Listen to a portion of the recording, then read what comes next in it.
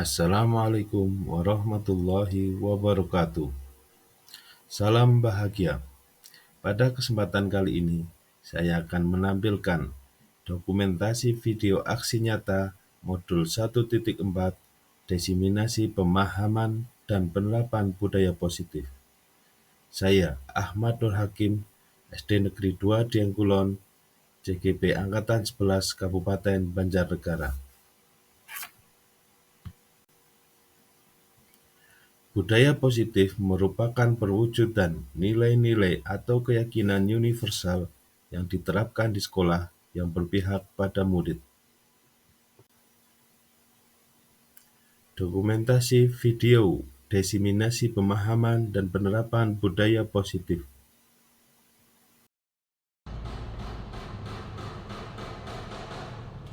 Assalamualaikum warahmatullahi wabarakatuh. Bismillahirrahmanirrahim. Wassalatu wassalamu ala asyrofil anbiya'i wal mursalin wa ala alihi wa sahbihi ajmain. Alhamdulillah, pada siang hari ini kita masih bisa berkumpul, bertemu, kemudian masih bisa bermuajah, bertatap muka secara langsung tanpa halangan suatu apapun. Pada kesempatan kali ini, perkenalkan, nama saya pasti kalian sudah paham semua untuk anak didik, kemudian untuk Dewan Guru juga sudah paham.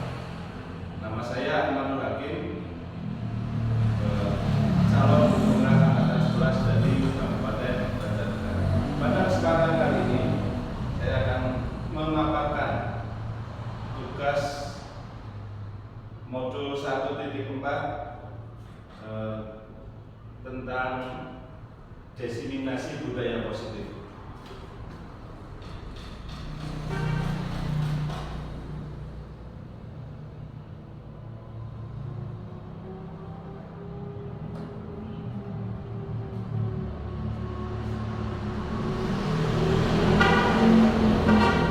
Modul 1.4 aksi nyata tentang diseminasi pemahaman dan penerapan budaya positif. Pada kesempatan kali ini, saya akan membagikan sedikit ilmu bagi seluruh Dewan Guru, juga mungkin bagi anak-anak bisa menambah pengalaman kalian.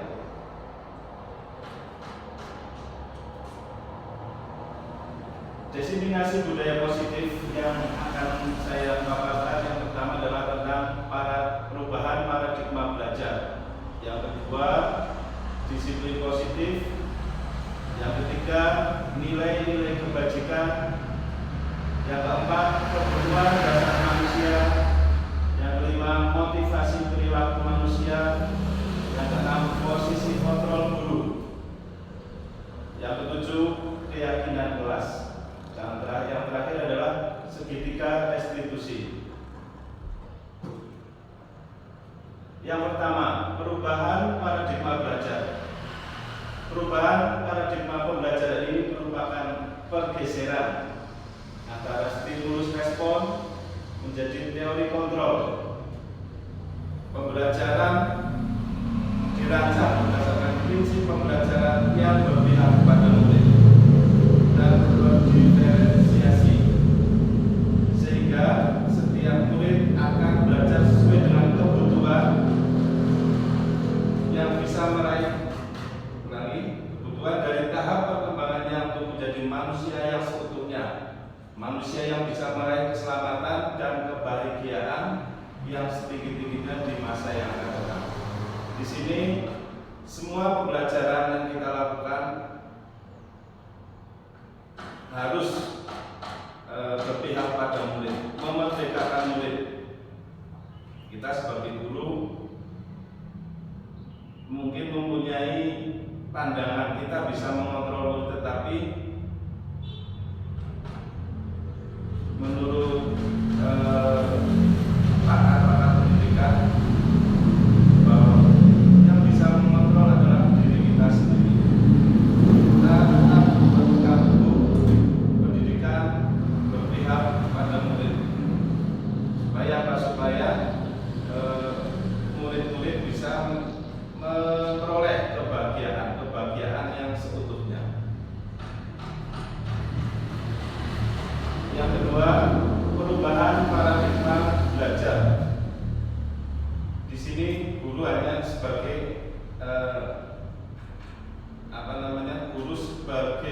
penuntun among memberikan teladan yang baik. Yang bisa mengontrol adalah murid-murid itu sendiri. Kita tidak bisa memaksakan kehendak murid. Kita hanya bisa mengarahkan. Pada perubahan paradigma belajar ada beberapa hal, yaitu ilusi guru mengontrol murid, ilusi bahwa semua penguatan positif, efektif, dan bermanfaat, ilusi bahwa kritik dan membuat orang merasa bersalah dapat menguatkan karakter, ilusi bahwa orang dewasa memiliki hak untuk memaksa. Tetapi pada kenyataannya adalah kita tidak bisa mengontrol murid-murid. Yang bisa mengontrol murid-murid adalah diri pribadi murid-murid. Contohnya ketika Bapak Ibu mempunyai sesuatu hal yang berharga, kita pegang erat. Kemudian salah satu teman kita ingin meminta barang-barang yang berharga itu, dibujuk, dirayu, dibayar, tetapi tetap tidak bisa. Diminta secara paksa juga tidak bisa. Itu menandakan bahwa yang mengontrol adalah diri kita sendiri, bukan orang lain. Kemudian ada ilusi bahwa orang dewasa memiliki hak untuk memaksa. Itu tidak benar. Jadi, seperti tadi di gambar yang pertama adalah yang bisa mengontrol adalah diri kita sendiri. Orang lain tidak bisa mengontrol kita. Lanjut ke disiplin positif. Disiplin positif berasal dari bahasa Latin disiplina, yang artinya belajar. Mungkin dari Bapak Ibu guru atau mungkin murid-murid, kata disiplin berbeda makna dengan yang saya paparkan. Mungkin disiplin di sini adalah taat peraturan, taat aturan, datang tepat waktu, itu disiplin. Tetapi di sini yang saya paparkan adalah disiplin yang artinya adalah belajar. Disiplin positif merupakan salah satu cara menerapkan disiplin yang bertujuan untuk menumbuhkan kesadaran serta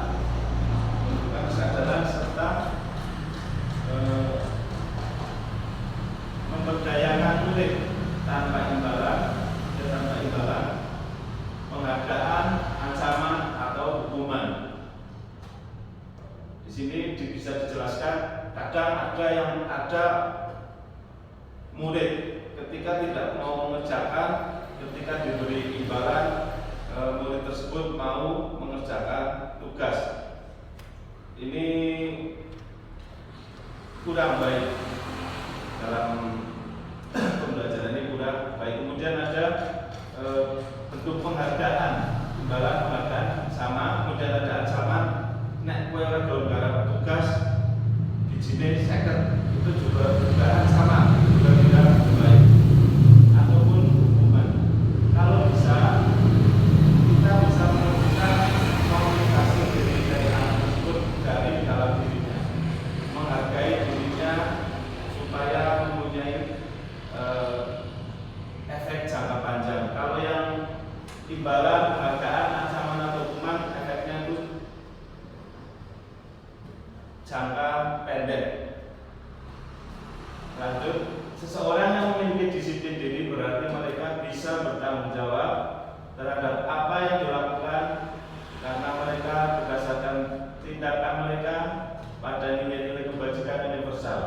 Sebagai pendidik, tujuan kita adalah menciptakan anak-anak yang memiliki diri sehingga mereka bisa berperilaku dengan mengacu pada nilai-nilai kebajikan universal dan memiliki motivasi intrinsik, bukan ekstrinsik. Berarti motivasi dari dalam, bukan motivasi dari luar. Yang utama adalah motivasi dari dalam, dari diri kita. Yang orang dijupai pekerjaan saya kerjakan, ya, untuk semuanya saja. Saya tidak takut dimarahi. Saya tidak takut dimarahi karena pekerjaan telah saya selesaikan. Ada anak-anak yang mengerjakan tugas karena terpaksa, karena takut dimarahi. Itu efeknya jangka pendek. Tapi kalau dari diri kita pribadi, itu efeknya jangka panjang. Tomei oleh tomei, dinai hadiah oleh dinai hadiah, tetap mengerjakan tugas seperti itu. Jadi motivasi yang utama adalah motivasi dari dalam diri kita sendiri. Yang selanjutnya adalah tentang nilai-nilai kebajikan. Nilai-nilai kebajikan adalah sifat-sifat positif, sifat-sifat positif yang merupakan tujuan mulia yang ingin dicapai setiap individu. Jadi nilai-nilai positif. Mungkin Bu Arifah tujuannya berbeda dengan Bu Dina ataupun Bu Mega. Jadi nilai-nilai positif itu tergantung diri kita juga tujuannya mau apa. Tapi tujuan itu adalah tujuan yang positif, bukan tujuan yang negatif. Dengan menaikkan nilai-nilai kebajikan yang diyakini seseorang, maka motivasi intrinsiknya akan terbangun. Dari pertama, tetap motivasi intrinsik dari diri kita sendiri, sehingga akan terbangun hal-hal yang positif, cita-cita yang positif.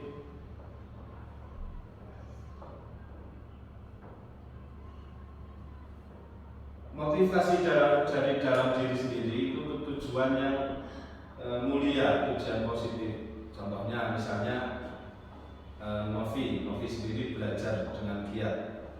Novi belajar dengan keinginan sendiri tanpa paksaan. Ahmonya nasi nau di duit 10.000 kalau main, bukan seperti itu. Tapi dari diri kita, saya ingin belajar dengan keniatan yang baik untuk mencapai tujuan yang baik. Itu salah satu dari nilai-nilai kebajikan yang kita miliki. Beberapa institusi pendidikan atau organisasi memiliki nilai-nilai kebajikan yang diyakini dan disepakati bersama. Salah satunya adalah nilai-nilai kebajikan yang ingin dicapai anak Indonesia adalah sesuai dengan profil pelajar Pancasila. Ada yang tahu profil pelajar Pancasila apa saja? Dari semuanya mungkin bisa dibaca atau tidak? Profil pelajar Pancasila: beriman, bertakwa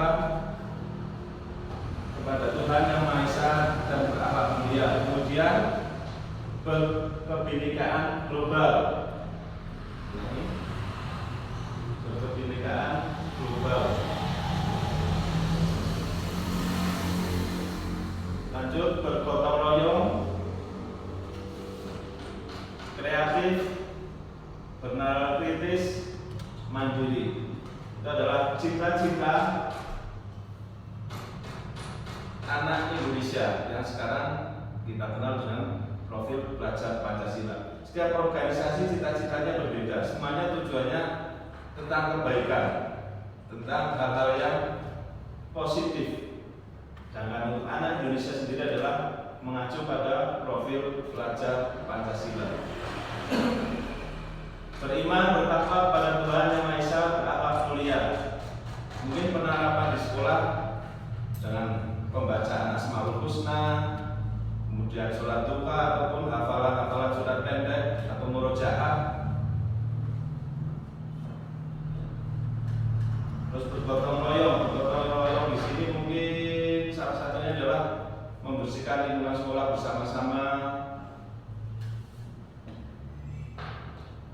Terus kreatif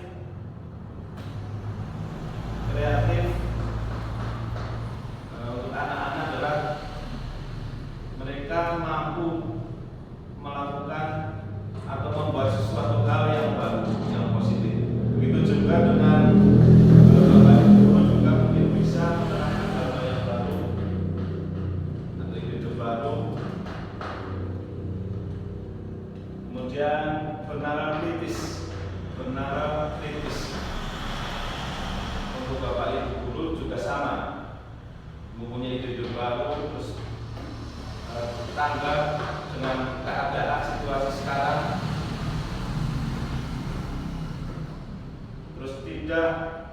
tidak ketinggalan yang namanya teknologi, sehingga kita dalam pembelajaran bisa memudahkan atau membantu kita dalam memberikan materi.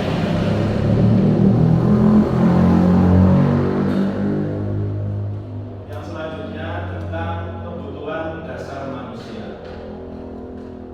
Seluruh tindakan manusia memiliki tujuan tertentu. Semua yang kita lakukan adalah usaha yang terbaik untuk kita mendapatkan apa yang kita inginkan. Ketika kita mendapatkan apa yang kita inginkan, sebetulnya saat itu kita sudah memenuhi satu atau lebih dari satu kebutuhan dasar manusia. Untuk kebutuhan dasar manusia ada 5. Yang pertama adalah bertahan hidup,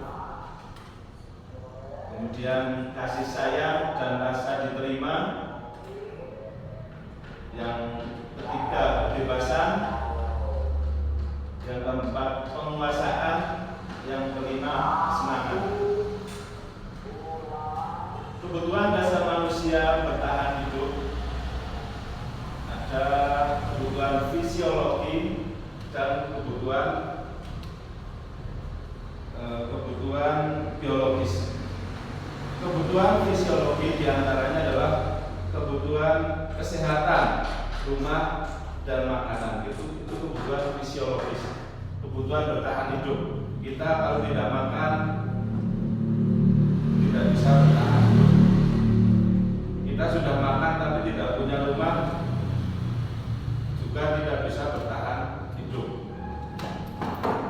Sudah punya rumah, sudah makan, tetapi kesehatan kita terganggu, juga tidak bisa bertahan hidup. Ada lagi kebutuhan di sini adalah kebutuhan biologis untuk regenerasi, untuk bertahan hidup, regenerasi kita. Jadi kebutuhan bertahan hidup selain kesehatan, rumah, makanan, juga ada kebutuhan biologis, yaitu dengan regenerasi kita untuk kelanjutan kehidupan yang lebih baik lagi. Kemudian kasih sayang dan rasa diterima. Contohnya adalah disayangi, diterima, koneksi sosial terhubung dengan orang lain, disayangi teman, disayangi bapak ibu guru, disayangi orang tua. Itu adalah bentuk kasih sayang kita, bentuk kasih sayang dan rasa diterima. Kemudian ada kelompok di desa atau di sekolahan, kita ikut kegiatan di kelompok, berarti kita merasa diterima dan diberi kasih sayang. Kemudian contohnya lagi seperti kalian sekarang duduk berdua dan duduk berdua, kalian itu merasa diterima dengan temannya, merasa diterima, dikasih sayang. Kemudian kebebasan di sini ada kemandirian, otonomi, memiliki pilihan dan mampu mengendalikan arah hidup seseorang. Kadang kita melihat anak cucu kita jalan-jalan seenaknya. Kalau itu menurut kita adalah hal yang tidak baik. Tetapi ketika anak jalan-jalan itu adalah mereka sedang melaksanakan kebutuhan dasar manusia, yaitu kebutuhan kebebasan. Ada yang bebas seperti mungkin Mas Jesslyn yang lari-lari seperti itu, dia sedang melaksanakan kebutuhan dasar manusia, itu kebebasan. Kemudian ada lagi Mas Fali yang kadang bernyanyi di dalam kelas, dan kita menganggap itu adalah hal yang salah, tetapi ternyata Mas Fali sedang melaksanakan kebutuhan dasar manusia tentang kebebasan. Jadi, walaupun menurut kita salah, kita hanya dianjurkan menunjukkan contoh yang terbaik. Among. Kemudian selain memberi contoh yang baik, kita sebagai guru ibaratnya itu sebagai petani menanam benih, kita hanya bisa menumbuhkan, kita hanya bisa merawat. Untuk hasil kita tidak bisa menentukan. Kemudian kebutuhan dasar manusia selanjutnya adalah penguasaan.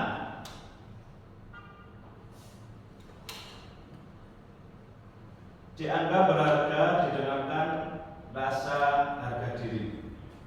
Jadi penguasaan. Kita punya murid yang terkadang selalu ingin berpuasa,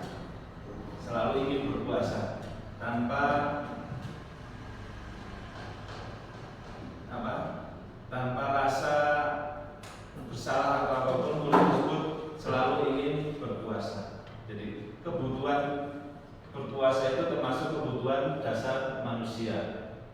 Kemudian ingin dihargai. Contohnya ketika ada salah satu anak mengerjakan tugas, ternyata anak tersebut ingin dihargai teman-temannya, diakui keberadaannya. Nyong kali juara siji. Nah, itu untuk penguasaan. Kemudian kesenangan, kebutuhan dasar manusia yang padanya adalah kesenangan, tertawa, bermain, dan kesenangan yang lain. Jadi ada kesenangan yang anak yang menurut kita tidak sesuai, ya. Contohnya Mas Fali bernyanyi di kelas, itu merupakan suatu bentuk kesenangannya Mas Fali. Menurut Bapak Ibu Guru, menurut diri saya pribadi itu juga tidak baik ketika dilakukan di kelas. Ternyata Mas Fali melakukan hal tersebut karena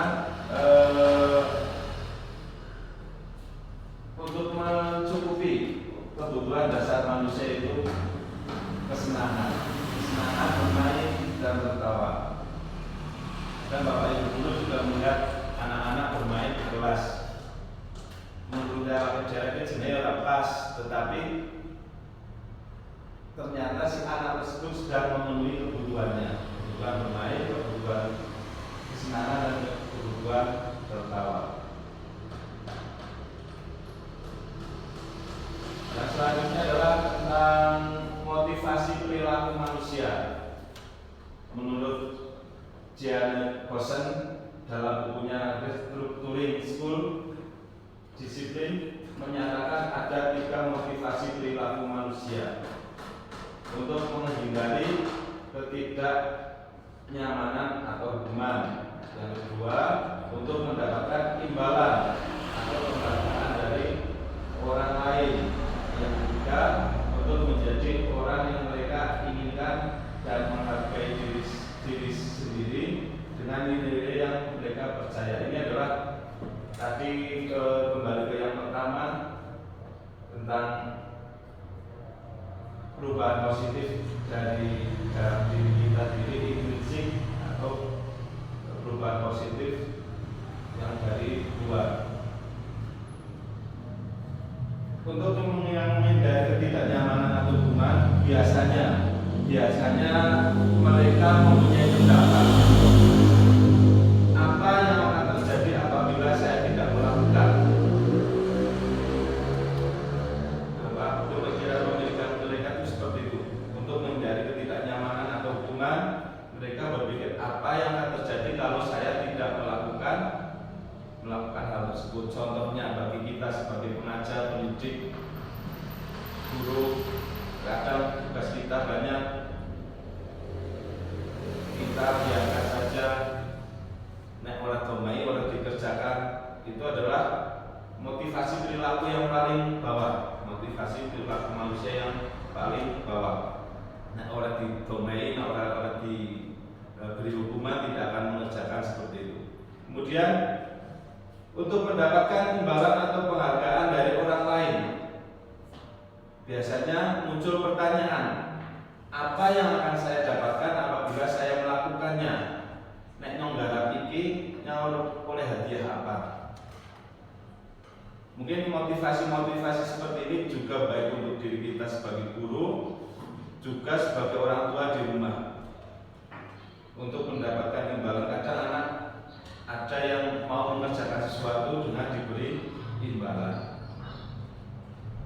ataupun kita sebagai pengajar nek ora anak hadiah kita tidak mau mengerjakan tugas seperti itu, atau mendapatkan pujian dari orang lain, men katon dinas dan sebagainya, men katon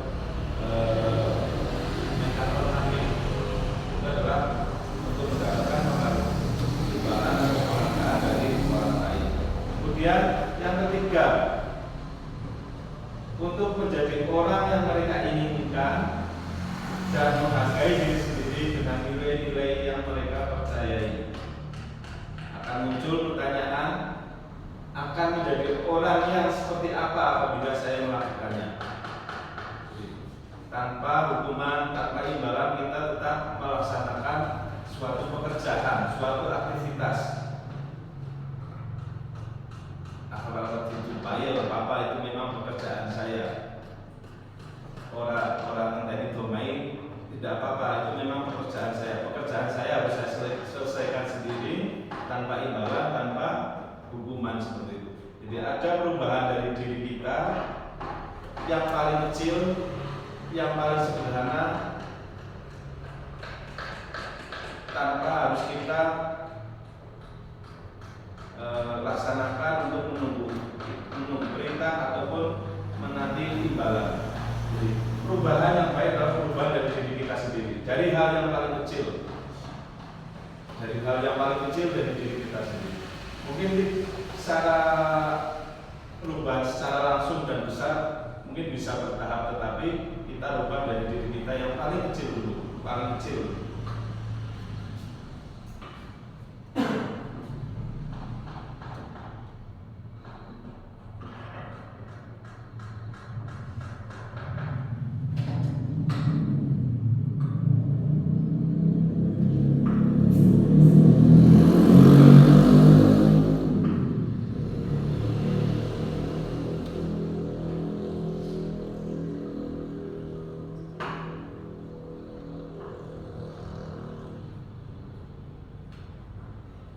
Mungkin ada video yang bisa kita pelajari tentang teori motivasi perilaku manusia.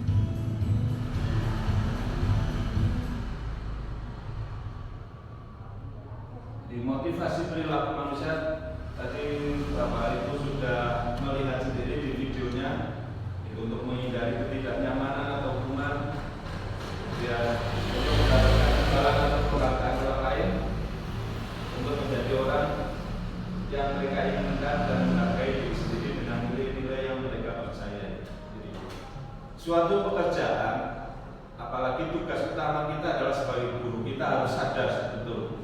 Tugas utama sebagai guru, tugas utamanya apa? Kita harus tahu, memberikan ilmu, menyalurkan ilmu, menularkan ilmu. Karena tugas utama kita adalah sebagai guru, baik itu guru yang sudah diakui atau belum, tetapi kita sudah menjadi guru. Guru tugas utamanya harus diketahui Bapak Ibu guru semuanya. Tanpa diberitahu lagi, karena Bapak Ibu guru semuanya sudah berpengalaman apa tugas utama guru. Jadi tanpa harus diperintah, tanpa harus takut aturan, harus melaksanakan tugas utamanya. Apalagi di sekolah kita, ini sekolah yang betul-betul sekolah yang istimewa, dengan jumlah murid yang sedikit, jumlah guru yang sedikit. Paling tidak kita harus bisa saling membantu, saling melengkapi, tanpa harus diperintah, tanpa harus diberi sanksi. Kita harus paham apa tugas kita, seperti itu. Jadi, motivasi perilaku manusia tadi sudah dilihat di video. Orang yang mengerjakan tugas karena takut hukuman, nah orang tidak hukuman dia akan tidak beraktivitas. Kemudian orang yang mengerjakan tugas karena suatu imbalan, orang dinilai sesuatu tidak akan bekerja, tidak akan menyelesaikan tugas. Kemudian ada video lagi, orang yang benar-benar mengerjakan sesuatu hal dari diri kita sendiri, dari dalam diri kita, untuk hal-hal yang positif. Hal-hal tersebut memang kadang berbenturan dengan attitude kita sebagai seorang guru. Motivasi perilaku ini bisa kita terapkan selain di sekolahan, juga bisa kita terapkan di rumah kita masing-masing. Untuk anak-anak kita di sekolah sebagai guru, di rumah sebagai orang tua.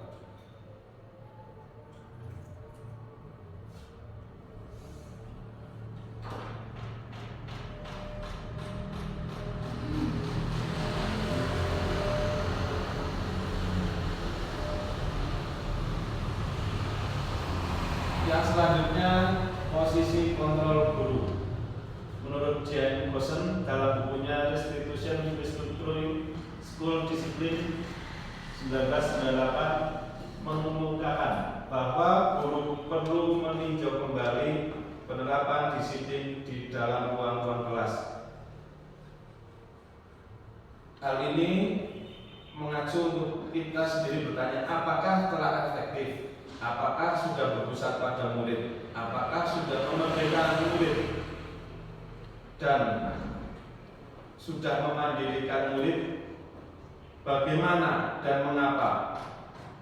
Melalui serangkaian riset dan berdasarkan pada teori kontrol Dr. William Fisher, Gossen berkesimpulan ada 5 posisi kontrol yang diterapkan seorang guru, orang tua, ataupun atasan dalam melakukan kontrol. Ada 5 posisi kontrol guru. Nanti kita bisa melihat kita ada di posisi mana. Sebagai guru kita ada di posisi mana. Terkadang kita melakukan posisi kontrol yang menurut kita betul, ternyata hal itu kurang baik untuk peserta didik.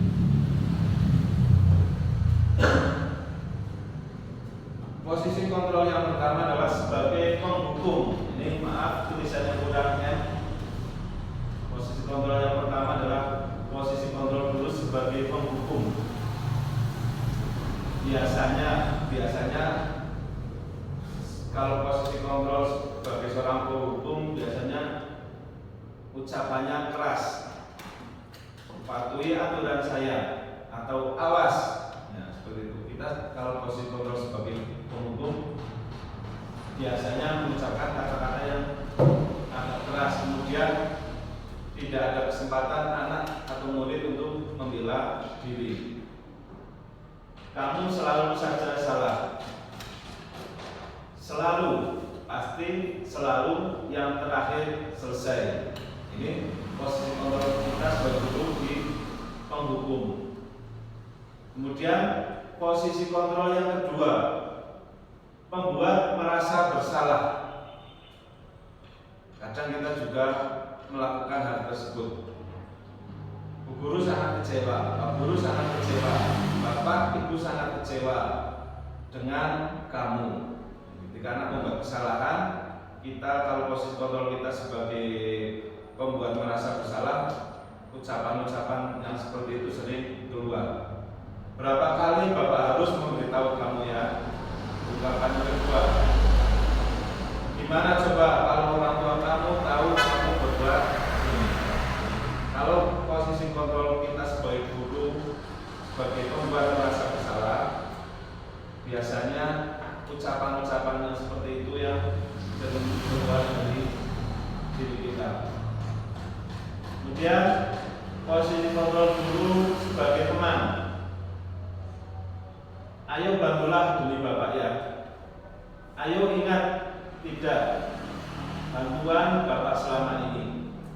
Ya sudah, kali ini tidak apa-apa, nanti Ibu bantu bereskan. Ayo bantu demi Bapak. Mungkin contohnya lagi Bapak Ibu guru. Ketika muridnya telat, menurutnya demi Bapak Ibu guru kamu jangan telat lagi supaya Bapak Ibu tidak dimarahi oleh kepala sekolah seperti itu. Itu salah satu bentuk teman, tetapi posisi kontrol seperti ini bisa membuat kecewa anak ketika seorang guru tidak memperhatikan muridnya, maka murid tersebut akan merasa kecewa. Terus kontrol guru yang lain sebagai pemantau. Peraturan apa? Apa yang telah kamu lakukan? Sanksi atau konsekuensi apa? Biasanya ketika anak melanggar sesuatu, peraturannya apa yang telah kamu langgar? Terus ada lagi, kalau misalnya kamu bisa mengerjakan soal lebih cepat 10 menit, Pak Guru akan tambahkan nilai 10. Ada lagi, kalau misalnya kamu bisa mengerjakan soal tepat waktu, kamu bisa pulang terlebih dahulu. Itu posisi kontrol guru sebagai pemantau. Jadi guru harus mengawasi anak tersebut secara terus-menerus. Kemudian posisi kontrol yang terakhir sebagai manajer. Apa yang kita yakini itu kembali ke keyakinan kelas. Keyakinan kelas itu harus dibuat oleh guru dan murid di kelasnya masing-masing. Keyakinan kelas ada yang menganggap itu suatu aturan, tetapi keyakinan kelas adalah hal-hal yang positif yang dibuat oleh guru dan murid untuk kenyamanan di kelas tersebut. Ada juga untuk keyakinan kelas, kegiatan-kegiatan pendalaman untuk keyakinan kelas adalah kegiatan tampak seperti, tidak tampak seperti. Kegiatan tugas saya, tugas kamu, tugas guru, tugas murid. Jadi untuk keyakinan kelas,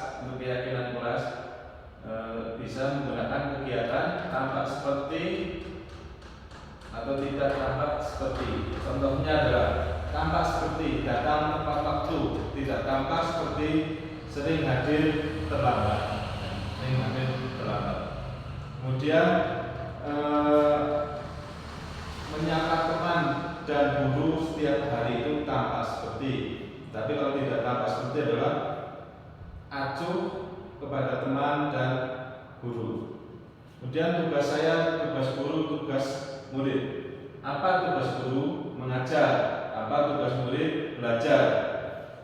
Contoh yang lain yang bukan tugas guru.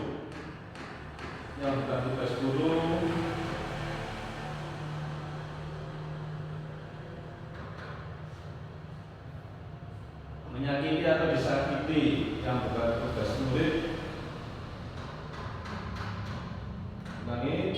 Guru tugasnya bukan menyakiti atau disakiti, murid tugasnya bukan menyakiti atau disakiti. Guru tugasnya bukan memaksa atau untuk belajar, murid tugasnya bukan mengeluh.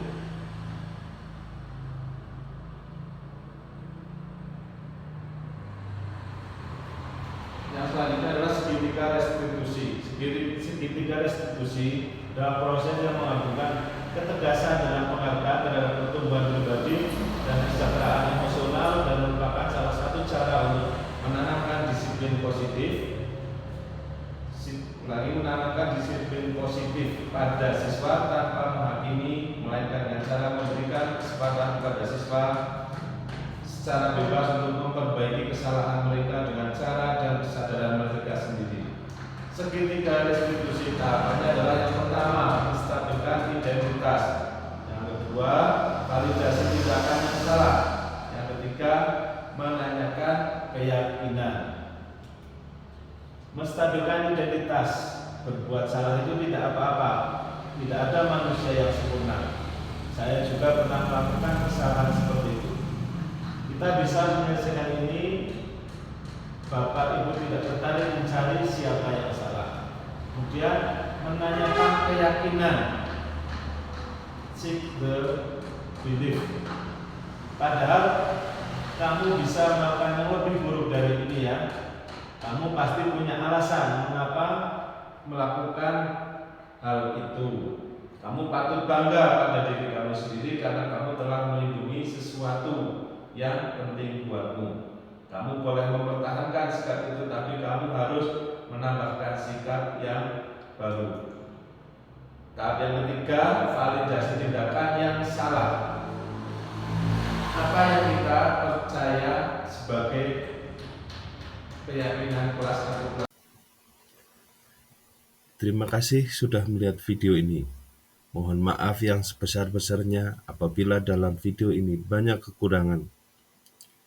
Billahi taufiq wal hidayah. Wassalamualaikum warahmatullahi wabarakatuh.